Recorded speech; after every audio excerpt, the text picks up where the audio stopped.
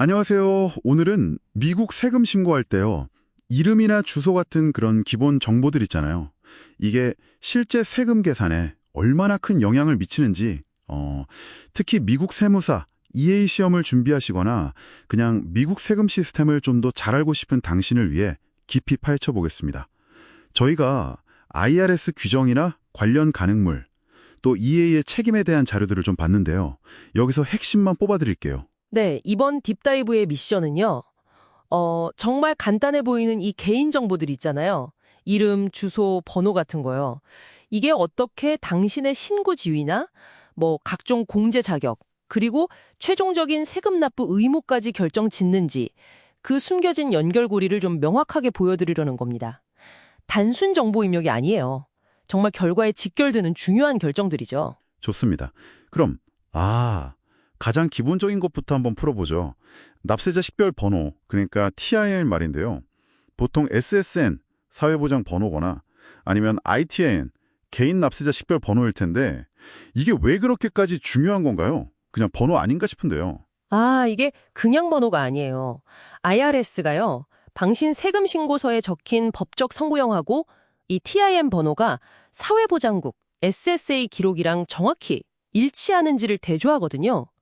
만약에 이름 철자 하나, 하이픈 위치 하나라도 다르면 어떻게 될까요? 어떻게 되는데요? 신고서 처리가 몇 주, 심하면 몇 달씩 지연될 수도 있고요. 아예 거부될 수도 있어요.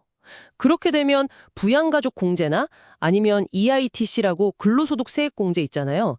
저소득 근로가구를 위한 중요한 세금 환급인데 이런 걸 놓칠 수가 있어요. 와... 네, 그래서 만약 결혼 같은 걸로 이름이 바뀌었다면 반드시 세금 신고 전에 SSA에 먼저 변경 신고를 하는 게 정말 중요합니다. 와, 생각보다 훨씬 엄격하네요.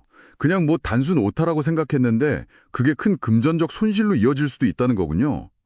그럼 주소나 생년월일 같은 다른 정보들은 어떤가요? 이것도 비슷한 수준으로 정확해야 하나요? 그럼요, 당연하죠. 부정확한 주소는 IRS가 보내는 그 중요한 통지서나 환급수표 같은 거 못 받게 할 수 있잖아요. 아, 그렇죠. 우편물. 네, 생년월일은 또 어떻고요? 만 65세 이상이면 추가 표준 공제를 받는데 이것도 생년월일로 확인하고요. 또 자녀를 부양가족으로 인정받으려면 연령 테스트를 통과해야 하는데 이것도 다 생년월일 기준이거든요. 그러니까 이 모든 정보가 정말 톱니바퀴처럼 딱딱 맞물려서 당신의 세금 계산 전체에 영향을 주는 거죠. 알겠습니다. 기본 정보의 정확성, 정말 아무리 강조해도 지나치지 않네요. 자, 그럼 조금 더 복잡한 부분으로 넘어가 볼게요.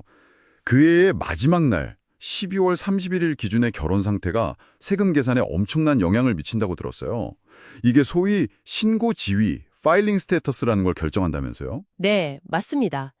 12월 31일 딱 그날 하루 기준으로 당신이 결혼 상태인지 미혼인지 혹은 다른 특정 조건을 만족하는지에 따라서 5가지 신고 지위 중 하나가 결정돼요.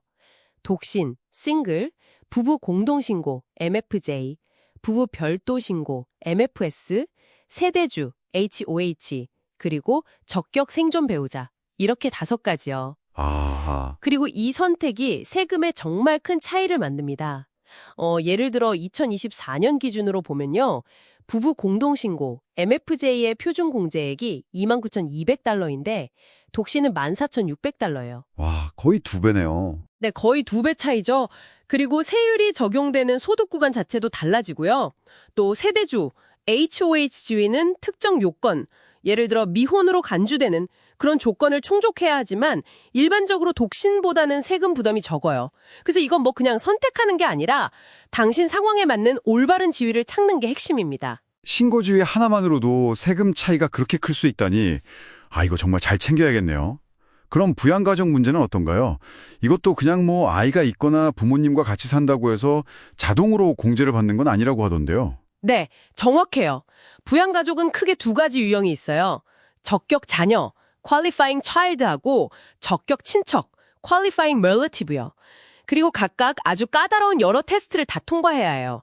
관계, 연령, 거주, 부양 제공 여부, 공동 신고서 제출 여부 이런 것들이요. 테스트가 많네요. 네, 특히 그 부양 테스트 있잖아요. 자녀는 스스로 생활비 절반 이상을 벌면 안 되고, 반대로 친척은 당신이 생활비 절반 이상을 제공해야 한다는 거. 그리고 거주 테스트. 자녀는 1년 중 절반 이상 함께 살아야 한다는 거요. 이런 것들은 미묘한 차이나 예외 규정이 많아서 EA 시험에서도 자주 나오는 좀 까다로운 부분이에요. 복잡하네요. 그렇죠. 그리고 정말 중요한 건 모든 부양가족에게 유효한 틴, 그러니까 SSN이나 ITIN 아니면 입양했을 때 받는 ATIN 같은 게 반드시 필요하다는 점입니다. 자녀 세액공제, CTC나 아까 말씀드린 EITC 같은 큰 혜택들이 다 여기에 달려 있거든요. 그래서 IRS도 아주 면밀하게 봅니다. 듣고 보니 정말 복잡하네요. 이런 민감한 개인정보를 다루다 보니까 요즘 같은 시대에는 신원도용 문제도 좀 걱정이 될 것 같아요. IRS에서 제공하는 IP핀이라는 거 있잖아요. 신원보호 핀. 그건 뭔가요? 어떤 역할을 하는 거죠? 아, IP핀.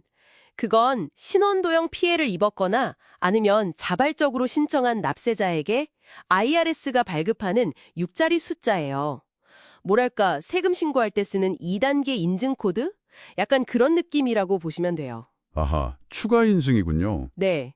중요한 점은 일단 IP핀을 받으면 매년 새로 발급받거나 조회해서 해당 연도 세금 신고서에 반드시 적어야 한다는 거예요. 본인 것은 물론이고 배우자나 부양가족에게 IP핀이 발급되었다면 그 번호들도 전부 다 신고서에 넣어야 하고요. 만약 빠뜨리거나 잘못된 번호를 쓰면 전자신고 자체가 거부됩니다. 그렇군요. 보안을 위한 장치지만 동시에 또 하나 꼼꼼하게 챙겨야 할 정보가 되는 셈이네요. 그럼 이렇게 복잡하고 민감한 정보를 다루는 세무 전문가, 특히 EA에게는 어떤 책임이 요구될까요? 그냥 고객이 주는 대로 입력만 하면 되는 건 아닌 것 같은데요. 아, 절대 아니죠. IRS의 서큘러 230이라는 규정집이 있어요. 이게 세무 대리인의 행동 기준을 명확하게 정하는데 여기에 성실 의무, due diligence라는 아주 중요한 원칙이 있습니다. 이건 단순히 고객이 주는 정보를 받아서 입력하는 수준을 훨씬 넘어서는 거예요. 성실 의무요. 구체적으로 어떤 건가요? 만약에 고객이 제공한 정보가 좀 불완전해 보이거나 아니면 앞뒤가 안 맞거나 뭔가 좀 의심스러운 점이 있다. 그러면 합리적인 질문을 통해서 확인해야 할 의무가 있다는 뜻이에요. 이거 좀 이상한데 싶으면 그냥 넘어가면 안 된다는 거죠. 아, 그냥 받아서 처리하는 게 아니군요. 네. 그리고 또 GLBA나 FTC의 세이프가드 규칙 같은 법규에 따라서 고객 데이터 보호를 위한 보안 계획을 세우고 실행해야 할 법적인 의무도 있어요. 이건 뭐 권장사항이 아니라 전문가로서 반드시 지켜야 할 책임입니다. 자, 오늘 정말 많은 정보를 다뤘습니다. 이 모든 것의 의미를 한번 정리해보자면요. 결국 미국 세금 시스템에서 이름, 번호, 주소 같은 이런 개인정보는 그냥 단순한 기록사항이 아니라는 거네요. 당신의 세금 결과에 직접적인 영향을 미치는 핵심 요소들이고 이 정보를 정확하게 관리하고 또 보호하는 데에는 납세자 본인뿐만 아니라 세무 전문가에게도 상당한 주의와 책임이 따른다는 것. 그렇죠? 네, 맞습니다. 여기서 한 가지 더 좀 깊이 생각해 볼 질문을 당신께 던져보고 싶어요. IP핀 도입이나 점점 강화되는 온라인 신원 확인 절차처럼 세금 시스템의 보안 요구 수준은 계속해서 높아지고 있잖아요. 이런 추세 속에서 앞으로 세무 전문가가 고객 정보를 다룰 때 요구되는 그 성실 의무, 듀 딜리전스의 범위는 과연 어디까지 확장되어야 할까요? 기술 발전과 또 프라이버시 보호 사이에서 그 적절한 균형점은 어디일지 당신의 생각은 어떠신가요?